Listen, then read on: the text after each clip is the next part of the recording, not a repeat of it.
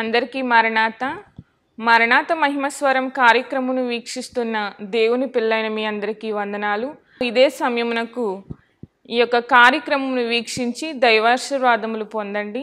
ఇప్పుడు pastor Samuel Sundar Reddy గారు దేవుని వర్తమానమును అందిస్తారు. శ్రద్ధగా వినండి.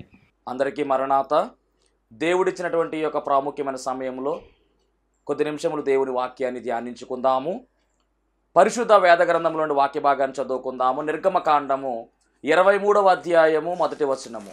నిర్గమకాండము 23వ అధ్యాయము మొదటి వచనం చదువుకుందాము.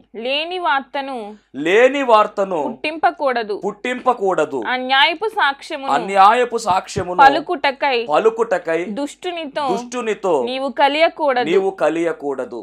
చిన్ని ప్రార్థన చేసుకుందాము.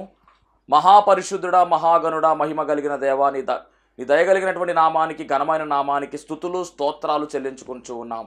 ఈ ప్రాముఖ్యమైనటువంటి సమయంలో ప్రభువా, వాక్యముఖముగా నీ బిడ్డలతోనూ నాతోనూ మీరే మాట్లాడండి.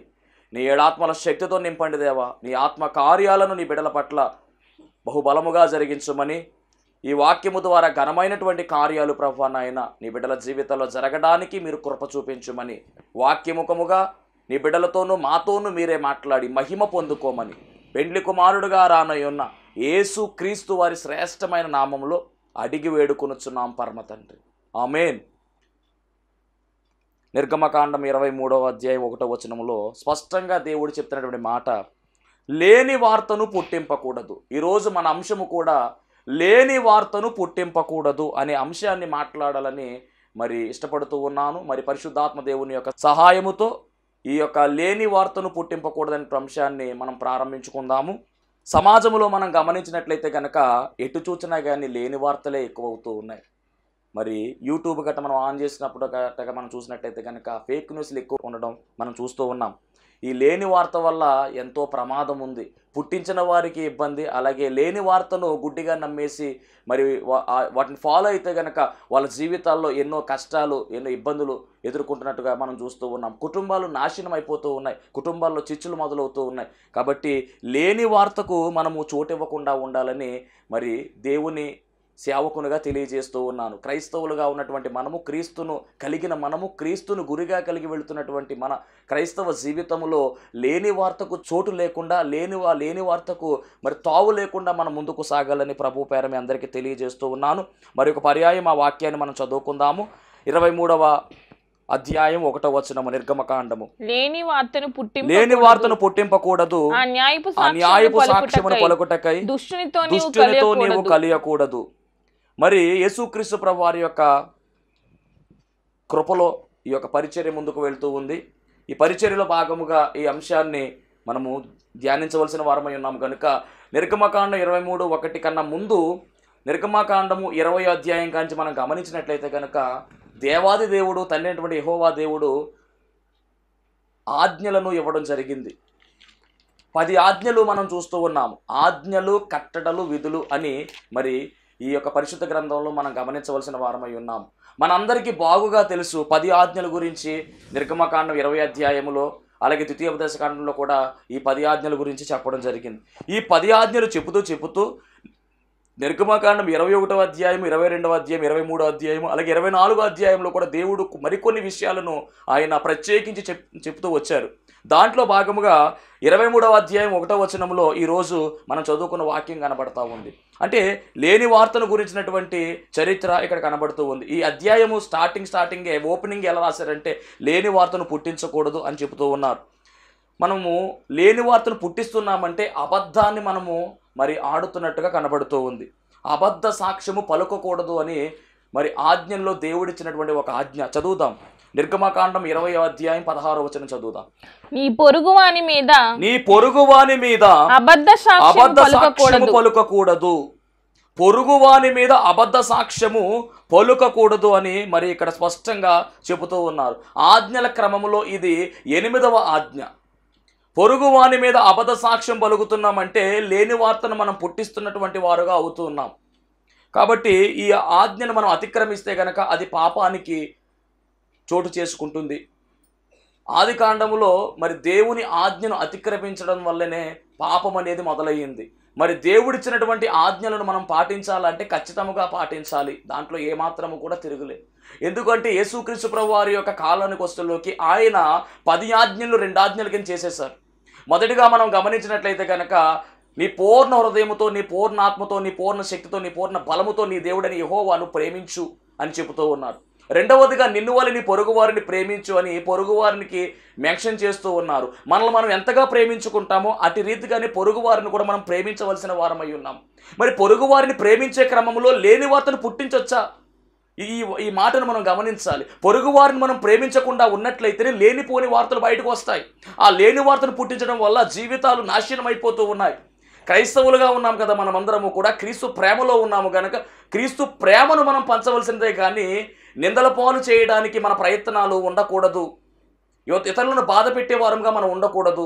ఇతరులను మనము సంతోషపెట్టాలి, వారికి సమాధానం అనుగ్రహించే వారముగా ఉండాలి తప్ప మన వల్ల ఇతరులు బాధపడినా అది శిక్షగా ఎంచబడుతూ ఉంది, అది కూడా పాపమే. కనుక మరి దేవుని పిల్లలుగా పిలువబడుతున్నటువంటి వారులారా, మీకు ప్రభు పేర తెలియజేసే మాట ఏమిటంటే నీ పొరుగు వాని మీద అబద్ధ సాక్ష్యము పలుకకూడదనేటువంటి ఆ మాటను మనము జ్ఞాపకం పెట్టుకున్నట్లయితే కనుక మరి లేని వార్త అనేది ఖచ్చితముగా పుట్టదు. మరి పరిశుద్ధ గ్రంథంలో మరి లేని వార్త కనుక మనం పుట్టిస్తుంటే కనుక అబద్ధాన్ని మనం ఆడిన వారం అవుతాము. మరి ఇదే 23వ అధ్యాయం నిర్గమకాండం 23వ అధ్యాయం 7వ వచనంలో మరి దేవుని వాక్యములో రాయబడిన మాట, అబద్ధమునకు దూరముగా ఉండండి. అసలు అబద్ధానికి దూరంగా ఉండమని దేవుని వాక్యం సెలవిస్తూ ఉంది. అబద్ధానికి దూరంగా ఉండడం అంటే కనుక ఇక అబద్ధం మన దగ్గరకు రాకూడదు. కానీ సమాజంలో ఏం జరుగుతుందంటే అబద్ధాన్ని మనము నోటిలో కలిగి ఉన్న వారముగా ఉంటున్నాం. ఒకవేళ అలా ఉన్నట్లయితే కనుక ఆ పద్ధతి మనం మార్చుకోవాల్సిన వారమై ఉన్నాం. అబద్ధానికి దూరంగా దేవుడు ఉండమంటున్నాడు. జారత్వము నుంచి పారిపోమని చెప్తూ ఉన్నాడు దేవుడు. అలాగే అబద్ధానికి దూరంగా ఉండమని దేవుడు చెబుతూ ఉన్నాడు. కనుక మరి అబద్ధానికి దూరంగా ఉన్నటువంటి మనము మన నోట అబద్ధములు ఉండకూడదనే విషయాన్ని కూడా ప్రభు పేర తెలియజేస్తూ ఉన్నాను. దేవునికి మహిమ కలుగును గాక. అలాగే సామెతల గ్రంథం 12వ అధ్యాయము 22వ వచనంలో కూడా ఒక చక్కని మాట రాయబడింది. సామెతల గ్రంథం 12వ అధ్యాయము 22వ వచనం చదువుకుందాము. అబద్ధమాడు పెదవులు యెహోవాకు హేయములు, సత్యవర్తనులు ఆయనకిష్టులు. అంటే అబద్ధమాడేటటువంటి పెదవులంట యెహోవాకు హేయములు, సత్యవర్తనులు ఆయనకిష్టులు అని రాయబడింది. ఒకవేళ మనం అబద్ధాన్ని గనక కలిగిన వారమైతే, అబద్ధాలే గనక ఆడుతూ ఉంటే గనక నీ పెదవులు ఏమవుతున్నాయంటే దేవునికి హేయముగా మారుతూ ఉన్నాయి, దేవునికి వ్యతిరేకంగా మారుతూ ఉన్నాయి. దేవుడు ఇష్టపడడు వాటిని. కనుక ఎవరైతే అబద్ధాన్ని ప్రేమిస్తూ ఉన్నారో, ఎవరైతే అబద్ధాన్ని కోరుకుంటూ ఉన్నారో, ఎవరి నోటైతే అబద్ధము బయటికి వస్తూ ఉందో వారు హేయులుగా పిలువబడుతూ ఉన్నారు. మరి సత్యవర్తనులు మాత్రమే ఆయనకి ఇష్టులు అని రాయబడింది. ఆయనకిష్టులుగా మనము జీవించాలి ప్రియులారా. ఈ భూమి మీద సమాధానము కావాలంటే ఖచ్చితముగా దేవుని లేఖనములో రాయబడిన మాట, సర్వోన్నతమైన స్థలములలో దేవునికి మహిమయు ఆయనకిష్టులైన మనుషులకు భూమి మీద సమాధానము కలుగును గాక అని దేవునికి స్తోత్రము చేయించుండేనన్న మాట మనం జ్ఞాపకం చేసుకుంటే లోకా సువార్తలో ఉన్నటువంటి మాట. మరి అక్కడ చెబుతున్నటువంటి మాట ఏమిటంటే భూమి మీద సమాధానము కలగాలి అంటే గనక ఎవరికి కలుగుతుంది అంటే ఎవరైతే ఆయనకి ఇష్టలుగా మార్చబడతారో, ఎవరైతే ఆయనకు ఇష్టమవుతారో వారి జీవితంలోనే సమాధానం ఉంది. ఈరోజు నీ బ్రతుకులో సమాధానం లేదు, శాంతి లేదు అని నువ్వు అనుకుంటుంటే కనుక ఇదిగో నీ నోట అబద్ధం వస్తుంది, అందుకే నీకు శాంతి లేదు, సమాధానం లేదు. నీ బ్రతుకు అటు ఇటుగా ఎందుకు అవుతుంది అంటే కనుక కేవలం ఒక్కటే చిన్న అబద్ధమే. ఆ అబద్ధమే జీవితాలను నాశనం చేస్తూ ఉంది. మీకు ఉదాహరణగా చెప్పాలంటే కనుక సముద్రంలో వెళ్ళిపోతున్నటువంటి పడవ కానీ లేదా సముద్రంలో వెళ్ళిపోతున్నటువంటి షిప్ కానీ మనం తీసుకున్నట్లయితే దానికి చిన్న రంధ్రం పడితే చాలు, చిన్న రంధ్రమే పర్లేదు, పెద్ద పడవ కదా అని వెళ్ళిపోతూ ఉంటే ఆ చిన్ని రంధ్రంలో నుంచే నీరు చిన్నగా వచ్చి చివరకు సముద్రములో మునిగిపోతారు. చివరికి ఆ నీరంతా కూడా ఆ చిన్న రంధ్రంలో నుంచి లోపలికి ప్రవేశించి ఆ యొక్క పడవను కూడా ముంచివేస్తుంది. అలాగే నువ్వు వాడినటువంటి చిన్న అబద్ధమే రేపొద్దున ఎంతో పెద్ద ప్రమాదముకు దారి చేస్తుంది. కుటుంబాల్లో కలహాలు వస్తున్నాయి, కుటుంబంలో కొట్లాట్లు వస్తున్నాయి, కుటుంబంలో విభేదాలు వస్తూ ఉన్నాయి, భార్యాభర్తల మధ్య చిచ్చు వచ్చి ఇద్దరు విడాకుల దాకా వెళ్ళిపోతూ ఉంటే దానికి ఎవరు బాధ్యులు, ఎవరు సమాధానం చెప్పాలనే విషయాన్ని కూడా మనం గమనించుకోవాలి. కాబట్టి ఈరోజు నీ జీవితంలో సమాధానం లేదని, శాంతి లేదని నువ్వు అనుకుంటున్నావంటే మరి నీ దగ్గర ఉన్నటువంటి పొరపాటు, ఒకవేళ అబద్ధాలు ఏమన్నా కనుక నువ్వు ఆడుతున్నావేమో, అబద్ధానికి నువ్వేమో చోటిచ్చేవేమో గమనించాలి.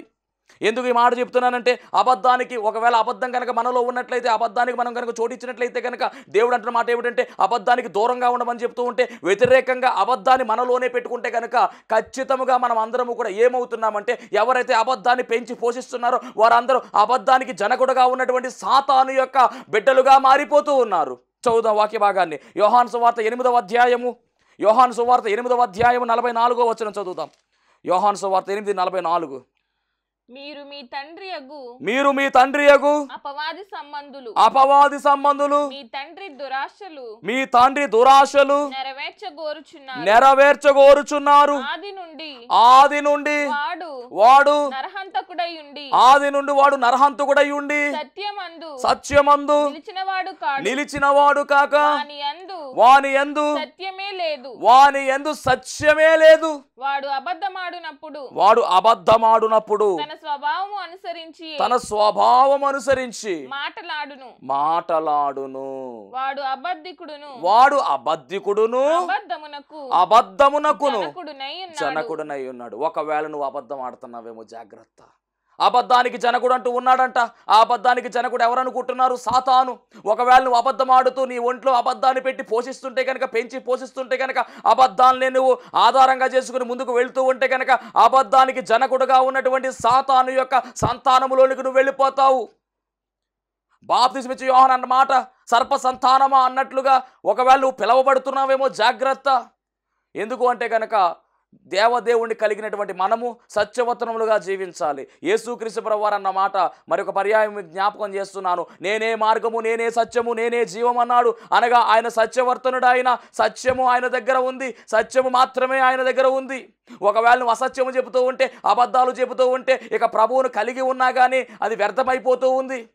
ఎందుకు అంటే కనుక నీలో ఉండవలసినది సత్యమే తప్ప నీలో అసత్యం అనేది ఉండకూడదు, నీలో అబద్ధం అనేది ఉండకూడదు. నువ్వు అవునంటే అవును, కాదంటే కాదు అన్నట్లుగా చెప్పాలి తప్ప అబద్ధాలను కనుక మనం పెంచి పోషించినట్లయితే కనుక అబద్ధానికి జనకుడుగా ఉన్న సాతాను పుత్రులుగా మనం మారిపోతామని స్పష్టంగా ఇక్కడ లేఖనం సెలవిస్తూ ఉంది. ఎందుకంటే సాతానుగాడి తత్వం ఏమిటంటే అన్ని అబద్ధాలే. ఏదేను తోటలో వాడు వేసినటువంటి అబద్ధం అనేటువంటి విత్తనము ఈరోజు నేటికి అది ముందుకు ఫలిస్తూనే వెళ్ళిపోతూ ఉంది. అనేక జీవితాలు అబద్ధాల్లోనికి వెళ్ళిపోయి బ్రతుకులు నాశనమైపోతూ ఉన్నాయి. పాపానికి వారు చోటిచ్చేస్తూ ఉన్నారు. పాపములోనే ఉండిపోతూ ఉన్నారు. పాపములోనే బ్రతుకుతూ ఉన్నారు. పాపములోనే చనిపోతూ ఉన్నారు. చివరికి నిత్యాగ్ని గుండంలోనికి వెళ్ళిపోవడానికి వాళ్ళు సిద్ధముగా ఉన్నారు. దేవునికి మహిమ కలుగునుగాక. గమనిద్దాం. ఆదికాండం 2వ అధ్యాయములో మరి ఈ పాపం అనేటటువంటి మాట 3వ అధ్యాయములో మరి మనం చూస్తూ ఉన్నాం. దేవునికి స్తోత్రం. అనేటువంటి మాట, ఇదిగో మీరు తోట మధ్యలో ఉన్నటువంటి ఆ యొక్క ఫలవృక్షమును తినకూడదు అని ఆయన చెప్పాడు. బాగానే ఉంది.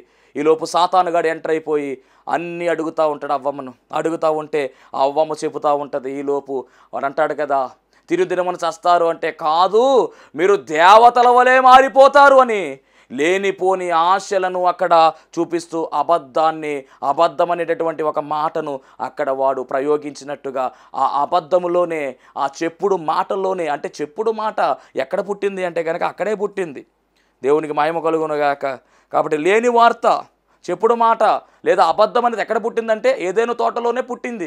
అది ఎవరి నోట్లోంచి పుట్టింది, ఎవరి కడుపులోంచి పుట్టింది అంటే సాతానుగాడి కడుపులోంచి పుట్టింది. ఆ లేని వార్తే మీరు దేవతల వలె మారిపోతారు, మీకు అపారమైన శక్తులు వచ్చేస్తాయి అన్నట్టుగా మాట్లాడింది అక్కడ సాతాను. అలా మాట్లాడిన వెంటనే అవ్వమ్మ ఆ బుట్టలో పడిపోయింది. మొత్తం మీద ఆ పండును తినడము, అలాగే ఆదాము గారికి ఇవ్వడము, ఇరువురు కలిసి మరి పాపము చేసినట్టుగా, పాపం వల్ల వచ్చి జీతము మరణము గనుక మరి ఆ క్రమములోనికి వాళ్ళు వెళ్ళిపోయారు. దేవునికి స్తోత్రం. ఆజ్ఞను అతిక్రమించారు. పాపం అనేది అక్కడ మొదలైపోయింది. కారణం ఏమిటంటే కనుక సాతాను వేసినటువంటి ఆ యొక్క అబద్ధం అనేటువంటి ఉచ్చులోనికి వాళ్ళు వెళ్ళిపోయారు. లేని వార్తను వారు నమ్మేశారు కనుకనే ఆ శిక్ష వచ్చింది. అది క్రమముగా ఏమి జరిగింది అంటే కనుక ఆదాము అవ్వములు అయితే మట్టికి వారు కేవలము మరి ఆ యొక్క ఆజ్ఞను అతిక్రమించి తప్పు చేస్తే వారి యొక్క సంతానముగా వచ్చినటువంటి హేబేలు, కయ్యేను విషయంలో కయ్యేను తన సొంత తమ్ముడిని చంపేయడం జరిగింది, నరహత్య చేయడం జరిగింది. అది మరింతగా పెరిగింది. అలా పాపాలన్నీ కూడా పెరుగుతా వచ్చేసినాయి. ఇప్పుడు మనం గమనించినట్లయితే కనుక నరకము అనేది ఒకటి ఉంది, లేదా రెండవ మరణముగా పిలువబడుతుంది నిత్యాగ్ని గుండం అనేది ఒకటి ఉంది. అది ఎవరి కొరకు సిద్ధము చేశాడు దేవుడు అంటే సాతాను కోసము, సాతాను యొక్క అనుచరుల కోసము సిద్ధము చేశారు. మానవుల కోసము నరకము లేదు, మానవుల కొరకు కాదది.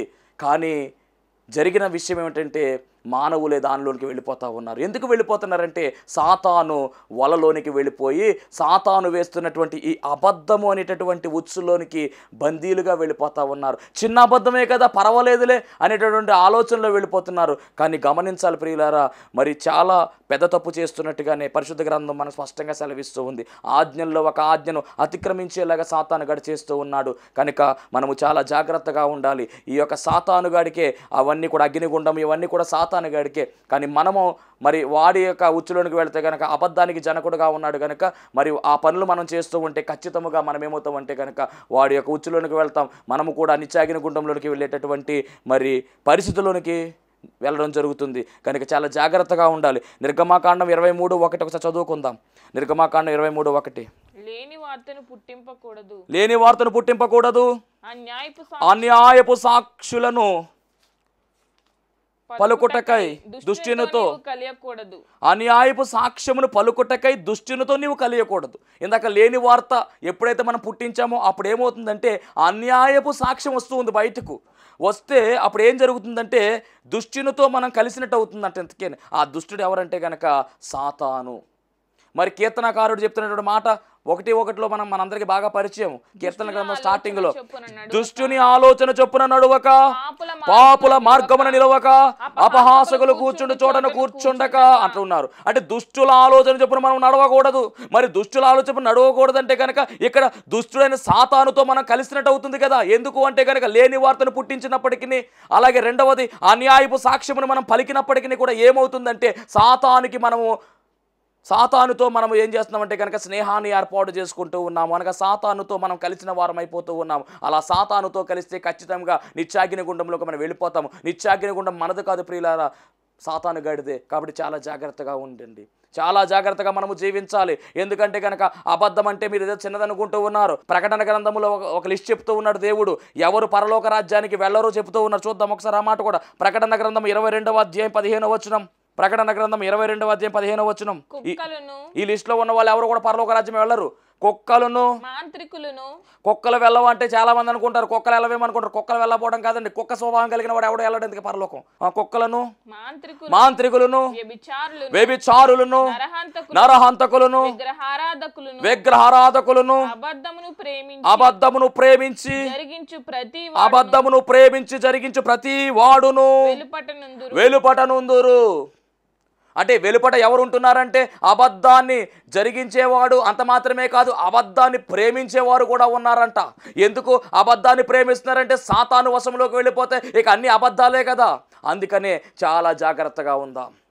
అబద్ధాన్ని ప్రేమించేవారు కూడా మరి వెళ్ళరంట పరలోక రాజ్యానికి. వాళ్ళు వెలుపటే ఉంటారంట, వెలుపటి గవిలోనే ఉంటారంట. అంటే ఎక్కడికి పోతారంటే మొత్తం అందరూ కలిసి రెండవ మరణములోకి వెళ్ళిపోతారు. అనగా నిత్యాగ్ని గుండములోకి వెళ్ళిపోతారు. అక్కడ అగ్ని ఆరదు, పురుగు చావదు.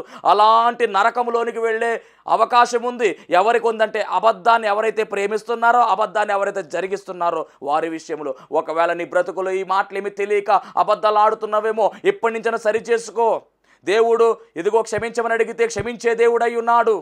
ఆయన క్షమిస్తే ఇక నీ మీదకి ఏ శోధన రాదు, అన్నీ కూడా తొలగిపోతాయి. కనుక మరి ఈ ప్రాముఖ్యమైన సమయంలో ఒకవేళ నీ జీవితంలో అబద్ధాలే ఉన్నాయేమో అడుగు దేవుణ్ణి, ప్రభువా నన్ను క్షమించు అంటే ఖచ్చితంగా క్షమించే దేవుడై ఉన్నాడు. అలాగే ప్రకటన గ్రంథము 21:27 చదువుదాం. గొర్రెపిల్ల యొక్క జీవ గ్రంథమందు రాయబడిన వారే దానిలో ప్రవేశించెదరు. నిషిద్ధమైనది ఏదైనను, అసహ్యమైన దానిని, అబద్ధమైన దానిని జరిగించువాడైనను దానిలోనికి అది అబద్ధాన్ని జరిగించేవాడు ఎవడో కూడా పరలోక రాజ్యంలోనికి ప్రవేశింపడు. ఈ మాట కూడా మనం జ్ఞాపకం పెట్టుకోవాలి. చిన్న అబద్ధమే కానీ ఎంత కీడును మనకు చేస్తుందో. కాబట్టి చాలా జాగ్రత్తగా మనము ఉండవలసిన వారమై ఉన్నాము. లేని వార్తను మనం పుట్టించకూడదు. ఈ మాటను మనం పదే మాట్లాడుకుంటూ ఉన్నాము. ఎందుకంటే పరిశుద్ధాత్మ తండ్రి పదే ఈ మాట జ్ఞాపకం చేస్తూ ఉన్నాడు.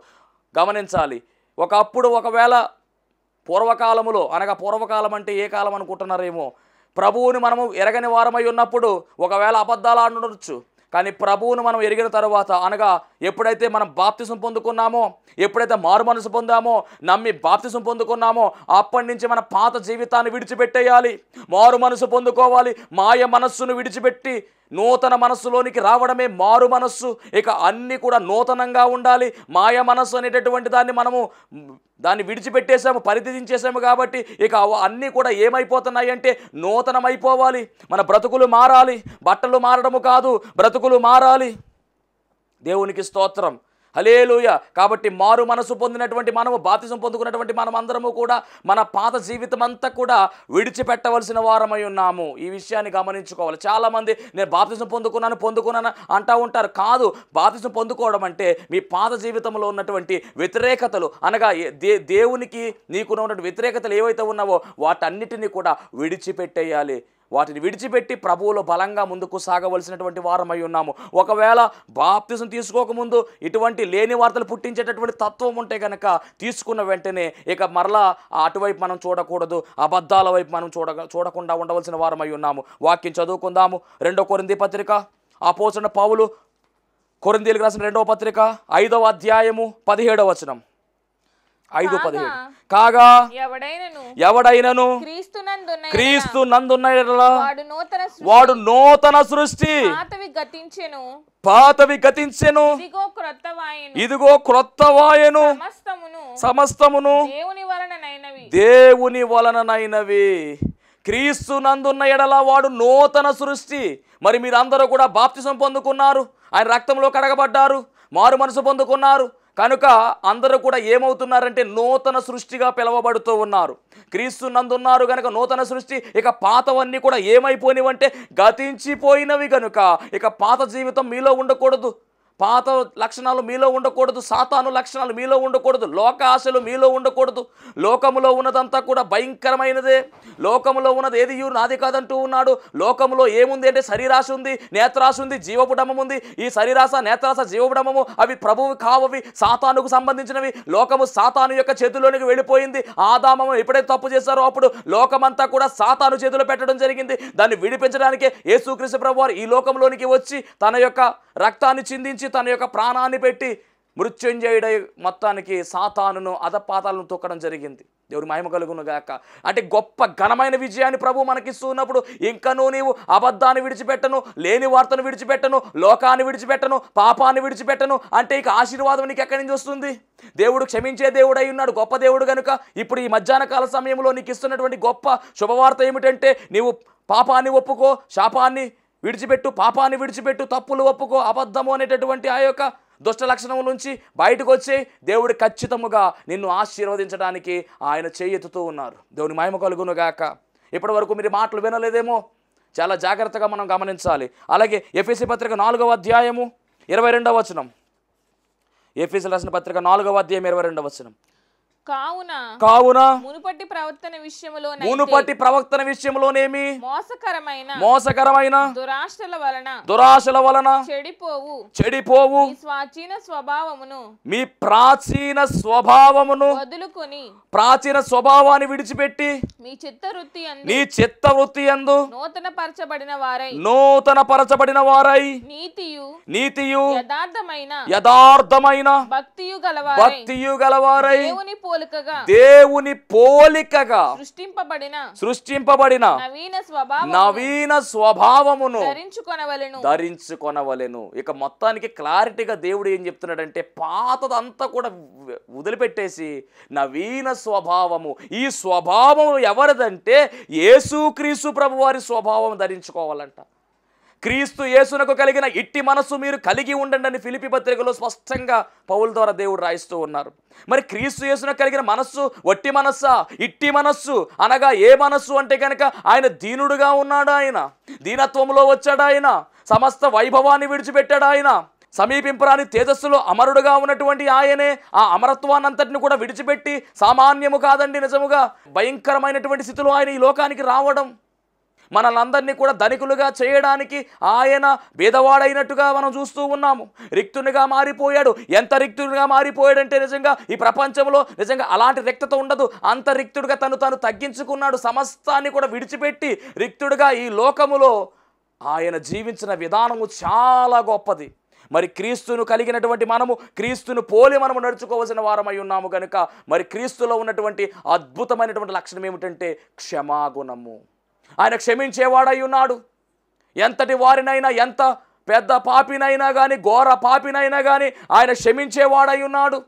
ప్రభువా నన్ను క్షమించు అనగానే ఆయన క్షమించే తత్వం కలిగిన వాడై ఉన్నాడు.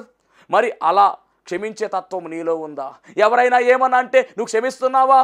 లేదే, పగ పెంచుకుంటున్నావు కదా. కానీ ప్రభు అంటున్నాడు కదా, ఇదిగో నీవు నా వలె నడుచుకోవాలంటే, నన్ను పోలి నడుచుకోవాలంటే, నేను వెళ్ళిన మార్గంలో నువ్వు రావాలంటే ఖచ్చితముగా నేను క్షమించిన మాదిరిగా నీవు క్షమించాలి. అంటే ప్రేమించాలి. దేవుని మహిమ కలుగును గాక. నిన్ను వలె నీ పొరుగు వారిని ప్రేమించు అని ఆ వాగ్దానమును మనం పాటించగలిగితే అప్పుడు మన పొరుగు వారిని మనము క్షమించగలుగుతాం. ఎందుకంటే ప్రేమ అనేక పాపములను కప్పుతూ ఉంది, అనేక తప్పులను కప్పుతూ ఉంది, అనేక తప్పులను ప్రేమ క్షమిస్తూ ఉంది. కనుక ఇదిగో మనము కలిగి ఉండవలసినటువంటి లక్షణం ఏమిటంటే మనం ఇతరులను ప్రేమించాలి, మన శత్రువులను కూడా ప్రేమించాలి. ప్రభువు చెప్తున్నటువంటి మాట అదే కదా, నిన్ను వల్ల నీ పొరుగు వారిని ప్రేమించు అని అనడం మాత్రమే కాదు, నీ శత్రువుల కొరకు ప్రార్థన చెయ్యి, నీ శత్రువుల కొరకు విజ్ఞాపన చెయ్యి, వాళ్ళ యొక్క క్షేమాన్ని కోరుకో, వాళ్ళకి మంచిని కోరుకోమని ప్రభువు చెబుతూ ఉన్నాడు. అట్టి రీతిగానే యేసుక్రీస్తు ప్రభువు వారు శిలువ మ్రాను మీద చేసినటువంటి కార్యం అదే. అంత కొట్టినా కానీ, తిట్టినా తిట్టలా, కొట్టినా కొట్టలా, ఎదురు మాట్లాడాలా, ఆయన చేసినటువంటి ప్రార్థన, తండ్రి వీరేమి చేయుచున్నారో వీరెరుగురు కనుక వీరిని క్షమించు అని ఆయన చేసినటువంటి ప్రార్థన మనం జ్ఞాపకం చేసుకోవాలి. అంటే యేసుక్రీస్తు ప్రభువు వారి వలె జీవించడం అంటే ఇలాగే ఉండాలి. మనం ఆయన మాదిరిగా మనం ఉన్నామంటే ఇక పాత జీవితంలో ఉన్నటువంటి ఆ యొక్క చెడు అలవాట్లు మనలోనికి రాకూడదు. సమస్తము నవీనము చేయబడిందంటే క్రీస్తు స్వరూపంలోకి మనకు రావాలి, క్రీస్తుల వలె మనం మారిపోవాలి. ఇంకా ఒక మాటలో గలతీ పత్రికలో పౌలు గారు ఒకే ఒక మాటలో తేల్చేశాడు. గలతీ పత్రిక 3వ అధ్యాయం 27వ వచనం, గలతీ పత్రిక 3:27, క్రీస్తులోనికి బాప్తిస్మము పొందిన మీరందరూ క్రీస్తును ధరించుకొని ఉన్నారు. బట్టలు ధరించుకోవడం కాదంతకేనే క్రీస్తును ధరించుకోవడం. నీ బ్రతుకులో క్రీస్తు ఉన్నాడంటే కనుక ఖచ్చితముగా క్షమాగుణం ఉండాలి, ఖచ్చితముగా ప్రేమతత్వం ఉండాలి, ఖచ్చితముగా కరుణించే స్థితి ఉండాలి, ఖచ్చితముగా స్వార్థం అనేది ఉండకూడదు, అబద్ధాలనే తత్వం ఉండకూడదు. ఇవన్నీ కూడా ఉండనప్పుడే క్రీస్తుగా నీవు ఉన్నట్టుగా లెక్క వస్తుంది, క్రీస్తు నువ్వు ధరించుకున్నట్టుగా అక్కడ పిలువబడతావు. దీని మహిమ కలుగును గాక. మహోన్నతుడా నీకు వందనాలు, స్తోత్రాలు. మీరు మాతో మాట్లాడిన విధానమును బట్టి మీకు వందనాలు ప్రభువా. రావాల్సిన దీవెనలు సమృద్ధిగా నీ బిడ్డలందరికీ నీ దయచేయమని యేసు నామములో అడుగుచున్నాం పరమ తండ్రి, ఆమేన్. అందరికీ మరణాత. ఇప్పటి వరకు దేవుడు అనుగ్రహించినటువంటి చక్కని వాక్య సందేశాన్ని ఆలకించిన మీ అందరికీ కూడా ధన్యవాదములు. ఈ కార్యక్రమము మరి మీకు నచ్చినట్లయితే, ప్రభువు గనక మిమ్మల్ని ప్రేరేపించినట్లయితే కనుక ఖచ్చితముగా మరి ఈ కార్యక్రమానికి స్పాన్సర్ చేయవలసిందిగా ప్రభు పేరు తెలియజేస్తూ ఉన్నాము. ఎవరికైనా కనుక ప్రార్థన అవసరతలు ఉన్నట్లయితే మరి స్క్రీన్ మీద చూపిస్తున్నటువంటి నెంబర్కి ఫోన్ చేయండి. ఖచ్చితంగా మీ అందరి కొరకు అనుదినము ప్రార్థించడానికి మేము సిద్ధముగా ఉన్నాము. దేవుడు మిమ్మును మీ కుటుంబాలను బహుగా ఆశీర్వదించును గాక. ఆమేన్.